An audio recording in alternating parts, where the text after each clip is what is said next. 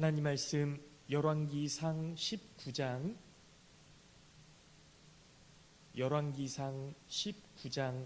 9절부터 18절까지 말씀 보도록 하겠습니다. 구약성경 550쪽 열왕기상 19장 9절부터 18절까지 말씀입니다.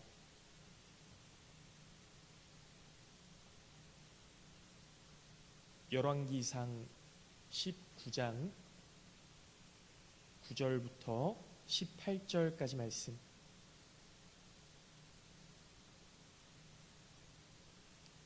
열왕기상 19장 9절부터 18절까지 말씀 제가 봉독해서 읽도록 하겠습니다.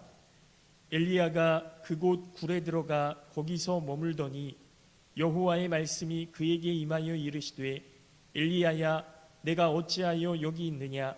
그가 대답하되 내가 만군의 하나님 여호와께 열심히 유별하오니 이는 이스라엘 자손이 주의 언약을 버리고 주의 제단을 헐며 칼로 주의 선지자들을 죽였음이오며 오직 나만 남았거늘 그들이 내 생명을 찾아 빼앗으려 하나이다. 여호와께서 이르시되 너는 나가서 여호와 앞에서 산에 서라 하시더니 여호와께서 지나가시는데 여호와 앞에 크고 강한 바람이 산을 가르고 바위를 부수나 바람 가운데 여호와께서 계시지 아니하며 바람 후에 지진이 있으나 지진 가운데에서도 여호와께서 계시지 아니하며 또 지진 후에 불이 있으나 불 가운데에도 여호와께서 계시지 아니하더니 불 후에 세미한 소리가 있는지라. 엘리야가 듣고 겉옷으로 얼굴을 가리고 나가 굴 어귀의 섬에 소리가 그에게 임하여 이르시되 엘리야야 내가 어찌하여 여기 있느냐? 그가 대답하되 내가 만군의 하나님 여호와께 열심히 유별하오니 이는 이스라엘 자손이 주의 언약을 버리고 주의 제단을 헐며 칼로 주의 선지자들을 죽였음이오며 오직 나만 남았거늘 그들이 내 생명을 찾아 빼앗으려 하나이다. 여호와께서 그에게 이르시되 너는 내 길을 돌이켜 광야를 통하여 다메섹에 가서 이르거든 하사엘에게 기름을 부어 아람의 왕이 되게 하고 너는 또 님시의 아들 예후에게 기름을 부어 이스라엘의 왕이 되게 하고 또 아벨무올라 사밧의 아들 엘리사에게 기름을 부어 너를 대신하여 선지자가 되게 하라. 하사엘의 칼을 피하는 자를 예후가 죽일 것이요 예후의 칼을 피하는 자를 엘리사가 죽이리라. 그러나 내가 이스라엘 가운데에 7,000명을 남기리니 다 바알에게 무릎을 꿇지 아니하고 다 바알에게 입맞추지 아니한 자니라. 아멘. 할렐루야. 네, 일주일 잘 지내셨나요?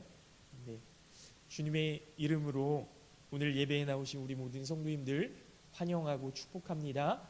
하나님의 은혜와 사랑이 우리 모든 성도님들과 함께 하시기를 예수님의 이름으로 기도하겠습니다. 오늘 말씀은요, 엘리야, 우리가 구약의 가장 위대한 선지자라고 하면 사실 엘리야를 빼놓고 이야기할 수가 없지요. 이 엘리야에 대한 이야기인데요. 이 엘리야가 활동하던 시기는 아합 왕이라는 그 이스라엘 왕이 통치하던 그런 시기입니다. 아합 왕은 북이스라엘이라는 그 북이스라엘과 남유다로 이 이스라엘이 분열되었을 때 북이스라엘에서 가장 악한 왕이었어요. 이 부인이 시돈의 공주 이세벨이라는 여인이었죠. 이세벨을 통해서 이스라엘에 그 우상이 들어왔고요. 그리고 나라의 부정과 불의, 음란과 탐욕이 넘쳐나기 시작했습니다. 그렇게 나라가 타락해 가면서 하나님께서 이 나라를 심판하시겠다고 마음을 먹으셨어요. 그래서 그 땅에 비가 오지 않게 하나님이 그렇게 그 벌을 내리신 거죠. 심판하셨던 거죠. 3년 반 동안 비가 오지 않습니다. 그러니까 농사는 말할 것도 없고 사람이 먹을 물도 없는 거예요. 수많은 사람들이 기아와 가뭄으로 죽어가기 시작했습니다. 혹독한 시련이 찾아온 거죠. 그런 시련 속에서 바알 선지자 450명과 하나님의 사람 엘리야가 갈멜산에서 대결을 펼칩니다.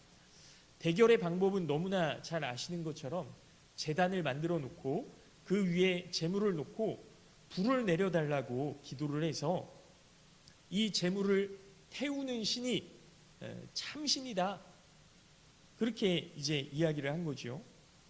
그래서 바알의 선지자들이 하루 종일 자해까지 하면서 막 자기 몸을 찢고 채찍으로 때리고 막 피를 흘리고 하면서 그 바알 신에게 불을 내려달라고 간절히 애원을 하는데요.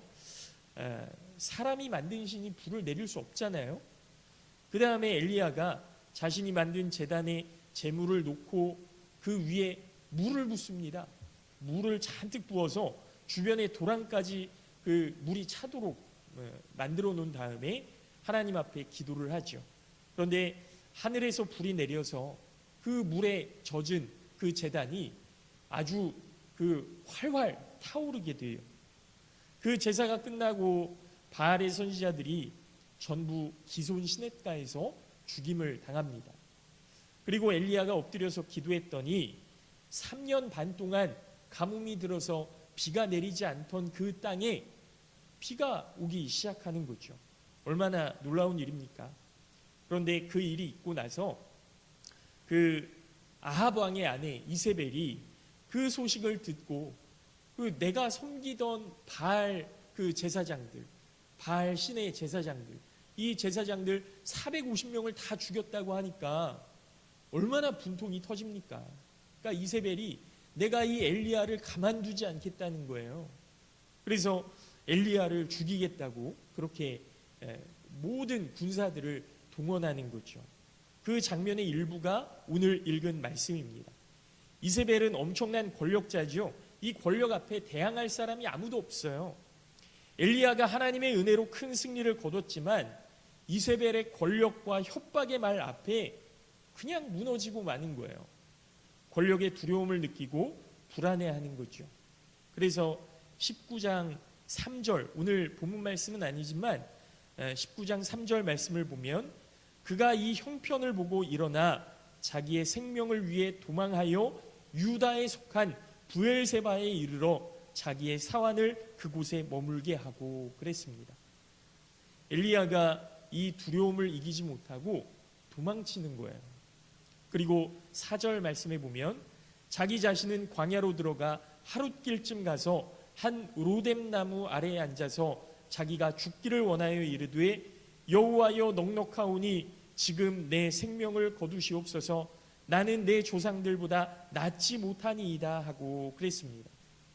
여러분, 북이스라엘 갈멜산에서 그 450대 1, 사실은 850대 1이에요. 바알 제사장 450명, 그리고 그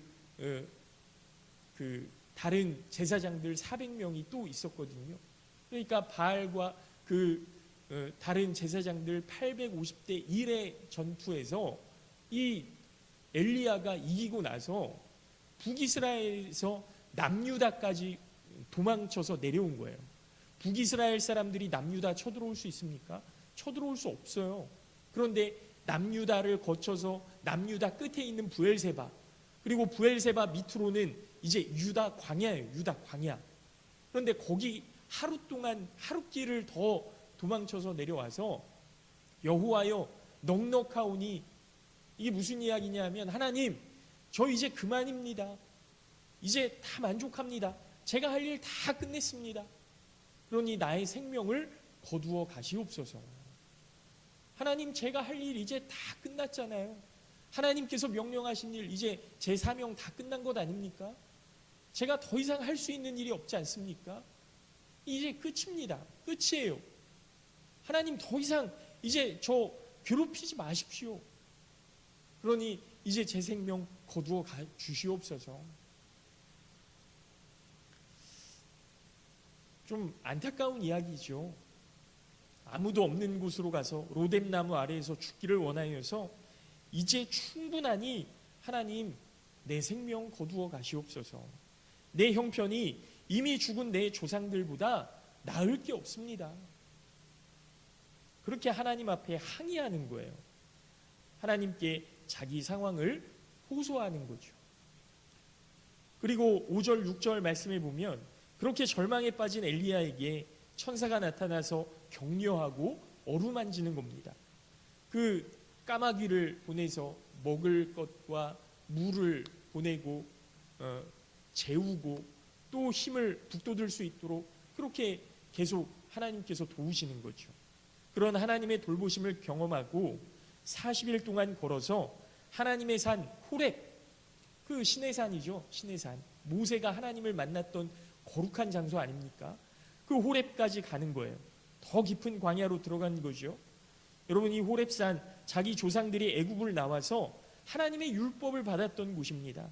깊은 광야, 거기서 더 깊숙이 들어간 굴 속에 있는데 하나님께서 엘리야에게 이렇게 말씀하시는 거예요. 엘리야야, 내가 어찌하여 여기 있느냐? 여러분, 이 영어 성경을 보면요, 좀 직설적으로 말씀하세요. What are you doing here? 너 여기서 뭐하니? 너 여기서 뭐하니? What are you doing here? 사실 하나님께서 책망하시는 거죠. 이 장면에서 여러분 요나가 생각나지 않으십니까? 하나님은 니느웨로 가라고 말씀하셨는데 니느웨로 가지 않고 정반대 다시스로 가서 그 배를 탄 거예요. 하나님, 저 니느웨 못 갑니다. 니느웨 못 가요. 니느웨 가면 저 죽을 거 뻔히 아는데 하나님 정말 그 바벨론이라는 그 대제국의 수도 아닙니까? 제가 거기 가서 하나님 말씀 전하고 너희들 회개하지 않으면 하나님이 멸하실 거다, 이 이야기하면 저 100% 죽습니다. 저 못 갑니다. 그리고 다시스로 도망가는 거예요. 배를 타고 망망대해로 나가고 그리고 망망대해에서 그 배 더 깊숙이 배 밑창까지 숨어서 그렇게 가는 것 아닙니까? 여러분 생각해 보면요, 사실 엘리야는 보통 사람이 아니에요. 하나님의 놀라운 능력을 경험했고 승리를 경험한 사람 아닙니까?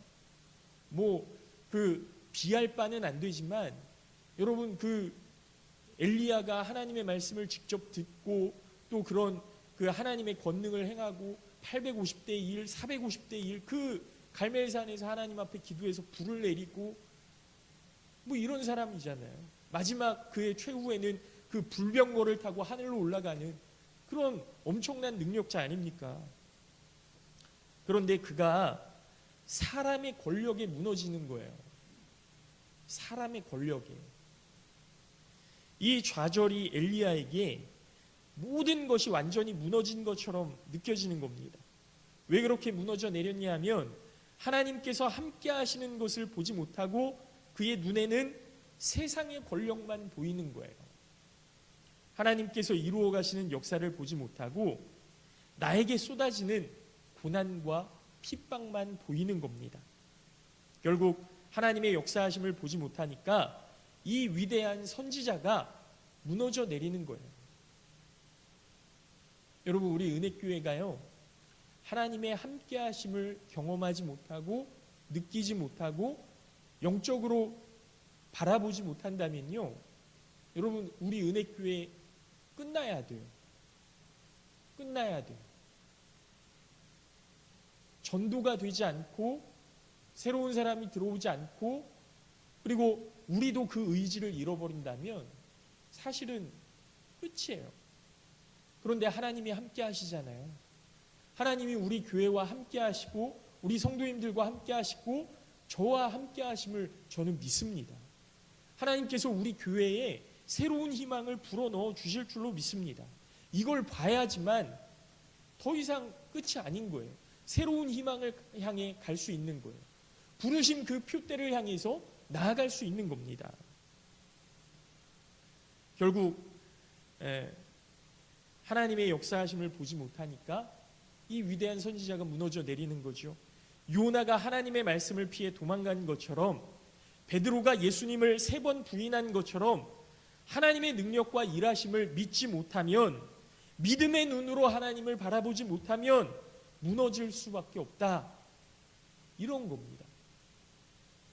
모든 사람에게 다 해당되는 말씀이죠. 여러분, 직분이 문제가 아니고요, 체험이 문제가 아닙니다.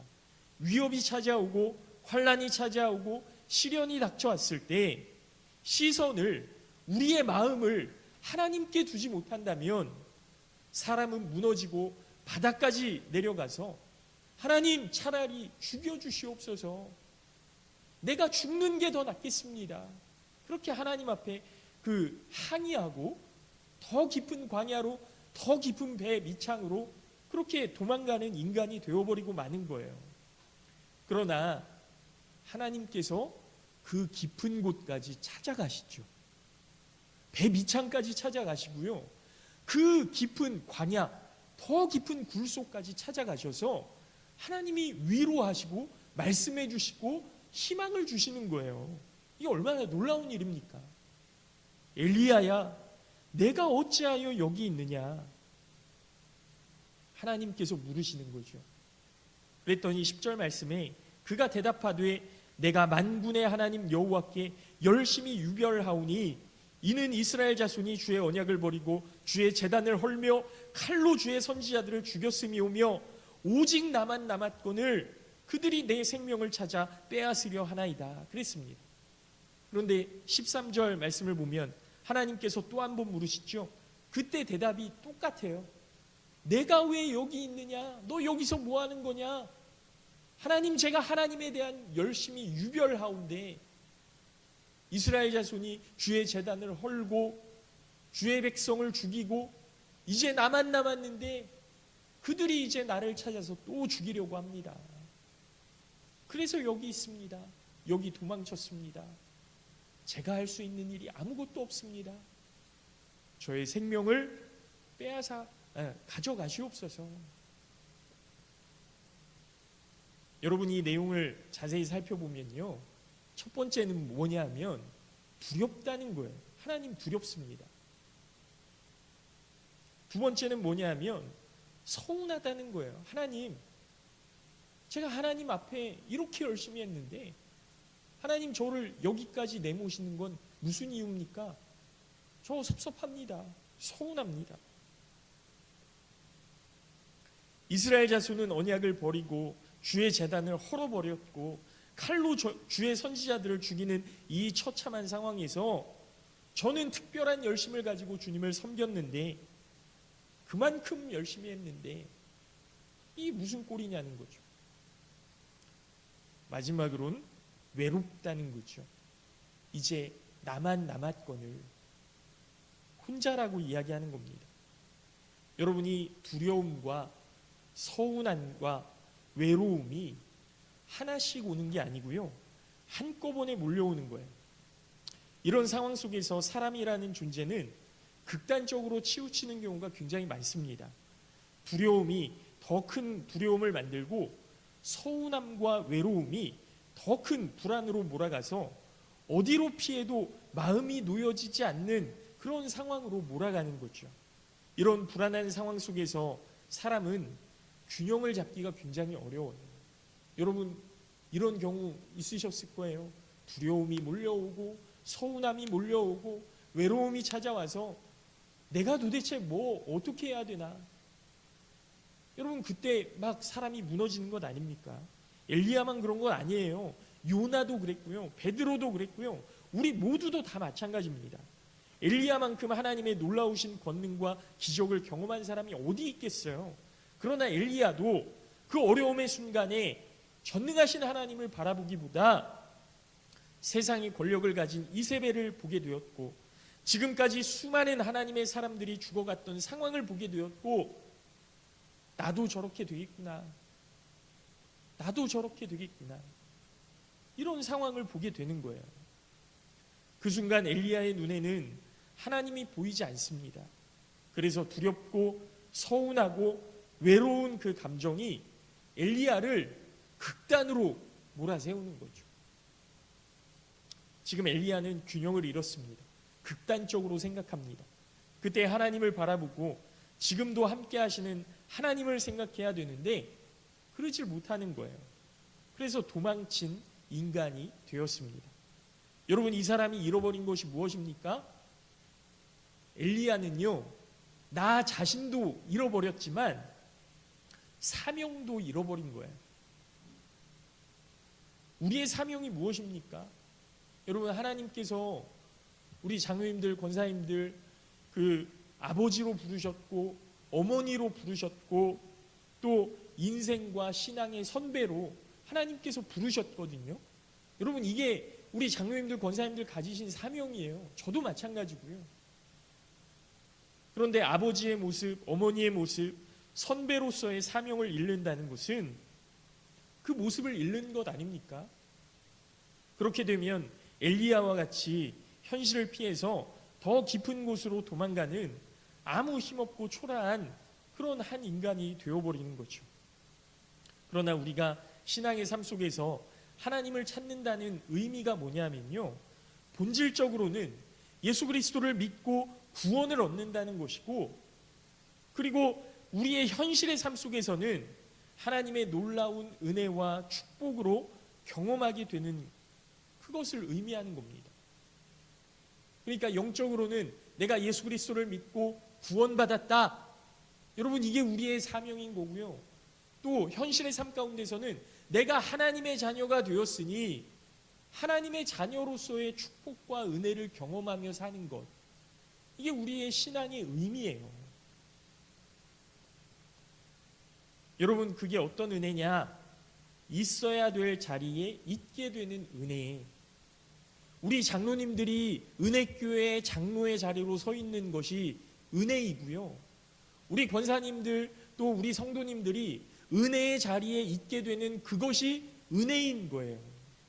우리가 함께 예배하는 이 자리가 은혜의 자리인 거예요. 이 자리에 나오지 못한 그 우리 성도들 있잖아요. 여러분, 그 성도들을 위해서 우리가 기도해야 됩니다. 하나님, 그들이 은혜의 자리에 있을 수 있도록 도와주시옵소서. 마음의 상처 때문에, 마음의 외로움 때문에, 서운함 때문에, 두려움 때문에 이 자리에 있지 못하지만 하나님, 그들이 은혜의 자리에 다시 되돌아올 수 있도록 도와주시옵소서. 이것이 사실은 하나님께서 주신 놀라운 사명인데, 엘리야가 잃어버렸고 이 자리에 함께 있지 못한 성도들이 잃어버린 거예요. 그래서 하나님께서는 내가 어찌하여 여기 있느냐? 내가 어찌하여 여기 있느냐? 내가 있어야 할 곳은 여기가 아닌데 너 여기서 뭐 하는 거냐? 그렇게 책망하시는 겁니다. 그 음성을 들으시고 그 음성을 들으면서 엘리야는 여전히 반복해서 하나님, 저 두렵습니다. 하나님, 저 서운합니다. 하나님, 저 외롭습니다. 그렇게 이야기하는 거예요. 그때 하나님께서 엘리야를 향해서 너 굴 밖으로 나와라. 굴 밖으로 나와라. 그리고 하나님이 지나가시는 신비한 사건을 보여주시죠. 굴 밖으로 나왔더니 하나님이 엘리야 앞에 이렇게 지나가시는 거예요. 이 모습을 모세에게 보여주셨었죠. 모세와 똑같은 광경은 아니지만 11절 12절 말씀을 보면 여호와께서 이르시되 너는 나가서 여호와 앞에서 산에 서라 하시더니 여호와께서 지나가시는데 여호와 앞에 크고 강한 바람이 산을 가르고 바위를 부수나 바람 가운데 여호와께서 계시지 아니하며 바람 후에 지진이 있으나 지진 가운데에도 여호와께서 계시지 아니하며 또 지진 후에 불이 있으나 불 가운데에도 여호와께서 계시지 아니하더니 불 후에 세미한 소리가 있는지라 그랬습니다. 하나님께서 그 엘리야 앞으로 지나가시는데 막 산이 무너지고 막 바위가 부서지고 하는 거예요. 근데 거기 하나님이 계신다고요? 아니요, 계시지 않더라고요. 산을 가르고 바위를 부수는 그 엄청난 그 광경 속에 하나님께서 보여주신 광경 아닙니까? 근데 거기 하나님이 계시지 않더라는 거예요. 지진이 있어요. 막 나무가 부러지고 막 그런 그 대지를 흔들어서 우리 존재 자체를 초라하게 만드는, 무엇으로 가려도 가릴 수 없는 그런 거대한 지진이 있었는데 거기도 하나님이 계시지 않더라는 거죠. 또 지진 후에 엄청난 불이 있는데 이 불도 감당할 수 없는 엄청난 불입니다. 인간이 감당할 수 없는 그런 엄청난 자연의 힘을 바라보면서 이런 힘이 하나님이 아닐까 생각했던 거죠. 근데 거기 하나님이 계시더라는 거예요? 아니요. 하나님이 계시지 않더라는 거예요. 그리고 그 후에 세미한 소리가 있는지라. 여러분, 이 세미한 소리는 아주 고요한 곳에서 들리는 숨 쉬는 소리처럼 나만 들을 수 있는 그런 소리죠. 세미한 소리. 이 소리가 들리는데 그 소리에서 엘리야가 하나님이 지나가시는구나, 이걸 느꼈다는 거예요. 하나님이 이 자리에 계신다는 것을 알게 된 겁니다. 13절 말씀을 보면 그 세미한 소리를 듣고 겉옷으로 얼굴을 가리고 나가 굴 어귀의 섬에 소리가 그에게 임하여 이르시되 엘리야야 내가 어찌하여 여기 있느냐. 여러분, 만약에 불 가운데 하나님이 계시고 지진 가운데 바위를 부수는 바람 가운데 하나님이 계시다면 우리는 평생 하나님과 동행할 수 없습니다. 무서워서 어떻게 견디겠어요? 하나님 만나려면 막 바위가 부서지고 태풍이 불고 막 불이 나고 뭐 이런데요. 우리가 그걸 어떻게 평생 동안 감당할 수 있겠습니까? 그런데 하나님은 세미한 음성으로 우리와 함께 하신다는 거예요. 세미한 음성으로. 언제 어디서나 하나님의 음성을 들을 수도 있고 하나님께 나아갈 수도 있는 겁니다. 그러나 사람들은 신앙생활을 하면서도 엄청난 사건이 있어야 하나님을 만났다고 생각하고 그 사건을 중심으로 하나님을 자기 마음대로 상상하는 거죠. 그러나 하나님은 세미한 음성으로 누구에게나 오시고 말씀하시고 그 세미한 말씀이 우리의 마음을, 우리의 생활을, 우리의 삶을 바꾸어 가시고 조종하시는 겁니다. 사람의 인생을 돌이키게 하시는 거예요. 그렇게 하나님께서는 우리 가운데 계시는 겁니다. 내가 내 안에 거하는 것이 불 가운데서는 불가능합니다. 바람과 지진 속에서는 불가능합니다. 하지만 세미한 음성으로 누구에게나 말씀하시는 분으로 오셔서 누구에게나 들을 수 있는 음성으로 오셔서 좌절하고 바닥까지 떨어져 더 깊은 곳으로 도망하고 있는 우리 사람들에게 찾아오셔서 내가 어찌하여 여기 있느냐, 그렇게 우리를 돌이키고자 하시는 거예요. 여러분, 이 세미한 음성이 무엇일까요? 지금은 하나님의 말씀, 성경임을 믿습니다. 여러분, 이제 우리가 오늘 저 성경 쓰기를 책을 다 한 권씩 가져가셔서 이제 성경 쓰기를 시작하실 텐데요. 여러분, 성경을 쓰시면서 하나님의 이 세미한 음성을 경험하셨으면 좋겠어요. 내가 어찌하여 여기 있느냐 하시는 그 하나님의 음성. 내가 너와 함께하노라. 내가 너를 사랑하노라. 너는 내 아들이다. 너는 내 딸이다. 말씀하여 주시는 그 세미한 음성을 우리가 오늘도 내일도 평생 동안 하나님께서 부르시는 그때까지 경험할 수 있었으면 좋겠습니다. 하나님께서는 오늘도 이 세미한 음성으로 누구에게나 다가오시고 말씀하시고 함께 하심을 믿습니다. 바람과 지진과 불과 비견되는 큰 힘에 하나님이 계시는 것이 아니고 세미한 음성 속에 하나님께서 말씀하신다는 거죠. 그러나 엘리야는 뭐라고 해요? 여전히 두렵고 서운하고 외롭다고 말씀하시는 거예요. 그래서 15절 말씀에 보면 여호와께서 그에게 이르시되 너는 내 길을 돌이켜 광야를 통하여 다메섹에 가서 이르거든 하사엘에게 기름을 부어 아람의 왕이 되게 하고 그랬습니다. 너 지금 유대 광야까지 도망쳐 왔고 호렙산까지 도망쳐 왔는데 너 왔던 길 되돌아가라. 다시 북이스라엘로 되돌아가라. 그런 거예요. 여러분, 다메섹은요 아람의 수도이고 하사엘은 이스라엘 사람을 수없이 많이 죽인 그 아람의 장군입니다. 그런데 하나님께서 그 아람의 왕은 죽을 거니까 하사엘에게 기름을 부어라. 그래서 다음번 왕이 되게 해라. 그리고 16절 말씀을 보면 너는 또 nim시의 아들 예후에게 기름을 부어 이스라엘의 왕이 되게 하고 또 아벨 무올라 사밧의 아들 엘리사에게 기름을 부어 너를 대신하여 선지자가 되게 하라 그랬습니다.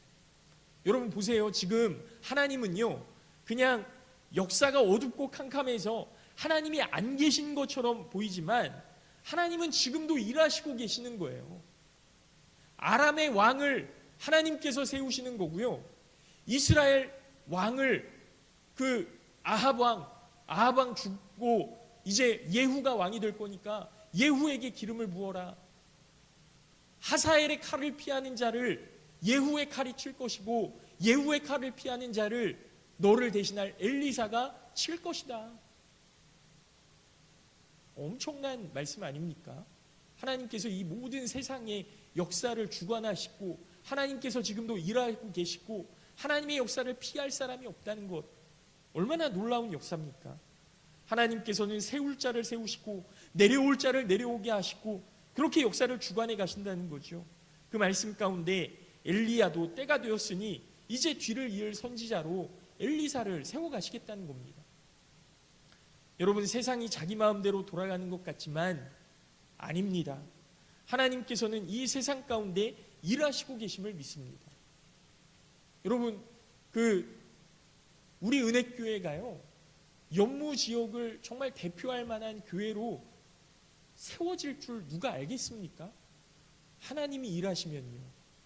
지금은 우리가 적은 인원이 모여서 예배하지만 우리가 내가 어찌하여 여기 있느냐 하시는 하나님의 음성을 듣고 하나님의 일을 감당하기 위해서 우리의 다음 세대에게 우리의 자리를 물려주고 정말 하나님께서 일하실 수 있도록 그렇게 순종해서 나아간다면 여러분, 우리 은혜교회가 이대로 있지 않을 거예요. 분명히 하나님의 그 부흥의 역사가 우리 교회를 통해서 다시 일어나게 되리라고 믿습니다. 그리고 18절 말씀에 그러나 내가 이스라엘 가운데 7,000명을 남기리니 다 바알에게 무릎을 꿇지 아니하고 다 바알에게 입맞추지 아니한 자니라 그랬습니다. 엘리야, 너 혼자가 아니다. 내가 7,000명을 남겨두었다. 바알에게 무릎 꿇지 아니한 7,000명. 여러분, 우리 은혜교회를 위해서 기도하는, 또 우리 은혜교회를 위해서 일할 하나님의 사람들 7,000명. 여러분, 우리가 부르신 그 표대를 향해 나아갈 때 하나님께서 이 7,000명의 정말 기도의 중보자들을, 하나님의 동역자들을 우리에게 붙여주실 줄로 믿습니다. 열왕기상 18장에 가보면요, 이제 오바댜라는 사람이 나오거든요.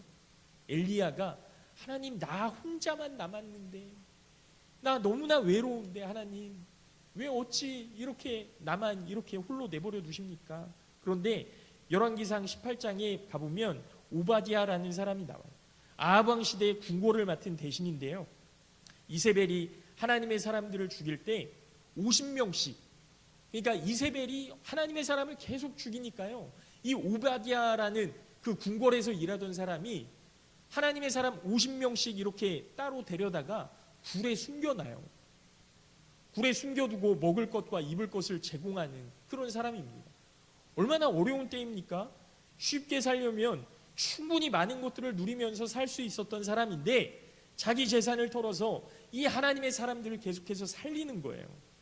오바댜는 이게 전부인 줄 알았던 사람입니다. 이 나라에 이 사람들만 남은 줄 알았다는 겁니다. 엘리야는 나만 남은 줄 알았는데 나만 혼자밖에 없다고 이야기하는데, 그러나 하나님은 7,000명을 숨겨두셨다고 말씀하시는 거예요. 하나님은 일하시고 계시는 겁니다. 엘리야는 그렇게 이야기할 수 있겠죠. 7,000명 있으면 뭐합니까? 지금 싸우는 건 나 혼자인데, 맨 앞에 서 있는 건 나 혼자인데 하나님 그 7,000명 언제 보여주실 겁니까? 그러나 우리가 너무나 잘 알고 있는 것처럼 여러분, 싸우시는 분은 하나님이세요. 보라, 하나님 능력을, 너희는 가만히 있어 하나님의 능력을 보라. 모세에게 하셨던 말씀 아닙니까? 모세가 이스라엘 백성들에게 홍해 앞에서 이야기했던 이야기 아닙니까? 우리 하나님은 지금도 일하고 계심을 여러분 믿으시기 바랍니다. 이것이 신앙의 사람들이 가져야 할 관점이에요. 어려울 때 자기 마음대로 판단하지 않고 하나님을 바라보라는 겁니다. 이제 말씀을 마칩니다. 사랑하는 성도 여러분, 우리가 세상을 살면서 두렵고 외롭고 서운하고 그럴 때 있어요. 막 마음이 다 무너져 내릴 때 있습니다. 숨고 싶을 때 있어요. 그러나 하나님께로 나아가면 하나님께서는 길을 주시고 지혜를 주실 줄로 믿습니다. 그 어려운 상황에서 하나님을 잊어버리면 사람은 균형을 잃고 극단으로 치닫게 되는 거예요. 불안은 더 큰 불안함으로, 서운함은 더 큰 서운함으로, 외로움은 더 큰 외로움으로 갈 수밖에 없는 겁니다. 우리가 신앙생활을 하면서 도망가는 한 인간이 된다면 우리 신앙은 헛된 겁니다. 그러므로 우리는 이 시대에 살아계셔서 역사하시는 하나님을 바라볼 수 있어야 합니다. 하나님께서 우리를 향하신 마음은 사랑입니다. 환난이나 기근이나 곤고나 다른 어떤 것이라도 그리스도 예수 안에 있는 하나님의 사랑에서 우리를 끊을 수 없음을 여러분 기억하셔야 됩니다. 바라기는 오늘도 하나님께서 우리와 함께 하신다는 이 믿음으로 하나님을 바라보시고 믿음으로 승리하시는 우리 모든 성도님들 되시기를 예수님의 이름으로 축원합니다. 잠깐 기도하겠습니다.